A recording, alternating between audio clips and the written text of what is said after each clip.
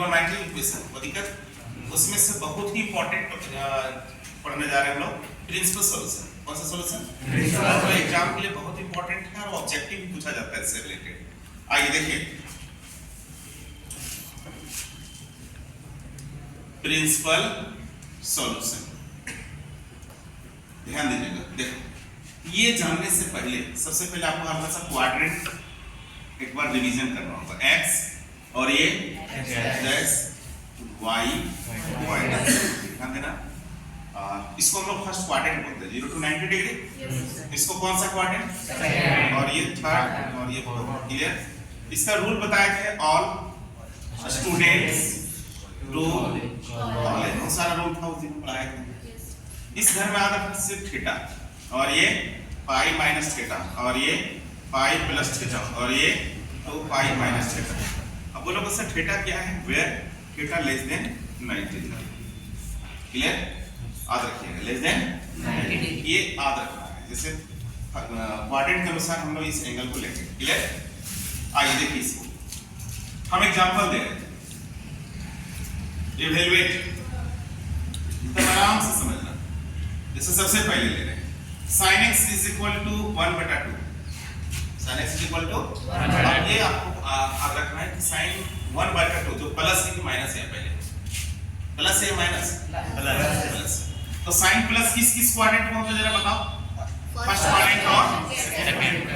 तो इस घर में एंगल लेंगे डायरेक्ट थीटा, इस घर में वही चीज को पाई माइनस थीटा कर देंगे। तो इसी चीज को हम लिखेंगे आगे। देखो आराम से समझना है। sin x is equal to sin 1/2 कब आता है?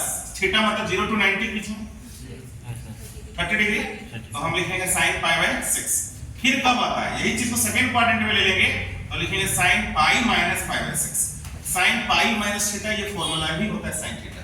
आप फार्मूला द्वारा से भी बना सकते हो, समझ गए ना?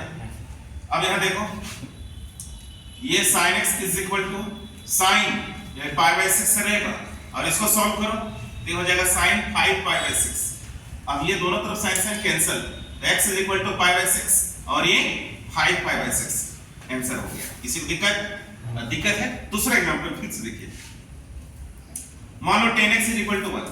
अब बताओ ये 10 + 1 है। किस क्वाड्रेंट में प्लस होता है? फर्स्ट क्वाड्रेंट और थर्ड क्वाड्रेंट। इस घर में डायरेक्ट थीटा और इस घर में पाई प्लस थीटा, याद रखना होगा। तो हम इसको लिखेंगे 1 के बदले 10 कब आता है? 0 to 90 बीच में π/4। और इसी चीज को थर्ड क्वाड्रेंट में लिखेंगे, इसी चीज को थर्ड क्वाड्रेंट में लेंगे पाई प्लस π/4। ध्यान दीजिएगा कितना equal to 10x is equal to, और आगे सॉल्व करो तो 10x इज इक्वल टू 10 में 10 π/4 हो गया और ये 10 5π/4 हो गया। अब दोनों तरफ 10 10 कैंसिल तो x इज इक्वल टू कितना बचा? π/4 और ये 5π/4। This is required answer. Clear? और एग्जांपल देखो जब तक क्लियर ना हो। नंबर 3 हम चल रहे हैं sec x is equal to only 2। बताओ sec प्लस में प्लस 2 है तो ये sec पॉजिटिव किस क्वाड्रेंट में होता है जरा बताओ? फर्स्ट और फोर्थ। फर्स्ट घर में थीटा, इस घर में 2 पाई माइनस थीटा लेते हैं। क्लियर? ये सब ध्यान में रखना है। तो बताइए sec में 2 कब आता है? sec कितना डिग्री? 0 to 90 थीटा है फर्स्ट क्वाड्रेंट में, 0 to 90 के बीच में 2 कब आता है? sec 60 degree. तो ये π/3 और इसी चीज को हम फोर्थ क्वाड्रेंट में लिखेंगे तो sec हो जाएगा 2 पाई माइनस π/3। ये फार्मूला भी होता है sin 2 pi minus theta sec 2 pi minus theta sec theta. Clear? आइए देखिए सॉल्व कीजिए इसको तो हो जाएगा sec x, ये sec π/3 यहाँ सॉल्व करें तो 6 - 1 5 π/3। अब दोनों तरफ sec से कैंसिल, x बराबर क्या मिला? π/3 और ये 5 π/3 आंसर। किसी को दिक्कत पॉजिटिव में? अब हम लोग नेगेटिव लेने जा रहे हैं। क्लियर है ना? ध्यान दें। नंबर 4 अब हम ले रहे हैं sin x is equal to -1/√2। Clear? अब यह प्लस होता है फर्स्ट और सेकंड में, लेकिन माइनस किस क्वाड्रेंट में है? एक साइन वाला जो रिजल्ट आएगा थर्ड और फोर्थ में। इस घर में पाई प्लस थीटा और इस घर में 2 पाई माइनस। तो सबसे पहले ये देख लो sin 1/√2 कब आता है? sin π को लिख लेना है। अब इसको सॉल्व कीजिए। अब माइनस के लिए इसी को हम किस क्वाड्रेंट में ले जाएंगे?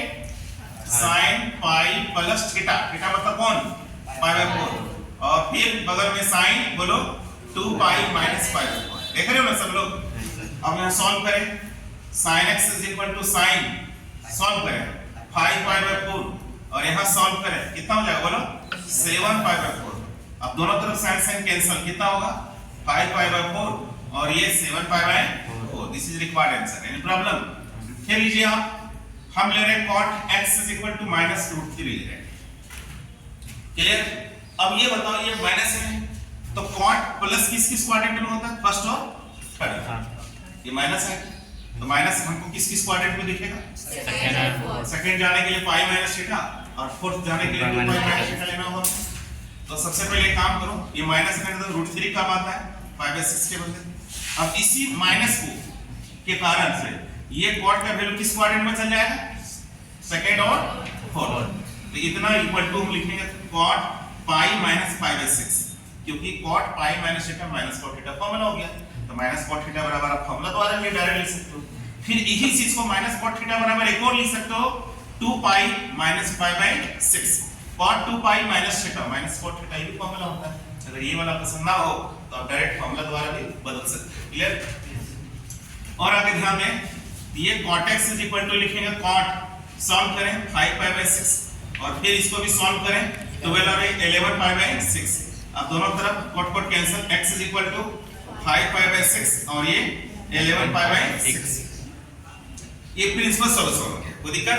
जो 0 से 2 पाई तक का रिजल्ट है। Any problem? अब जब जनरल पढ़ोगे तो बार-बार कब 1/2 आएगा, जनरल में आपको बार-बार देखना है। जैसे फर्स्ट अभी देखा यहाँ पर जैसे sin 1/2 आया फर्स्ट और सेकंड में, फिर प्लस कब आएगा, फिर ये घूमेगा, फिर फर्स्ट क्वाड्रेंट जाएगा, फिर सेकंड क्वाड्रेंट आएगा, फिर ये पूरा क्वाड्रेंट घूमेगा, फिर फर्स्ट आएगा। तो उसी को बोलते हैं हम लोग जनरल सॉल्यूशन, बार-बार रिपीट करेगा। तो एंड में उसको हम लोग लिखेंगे।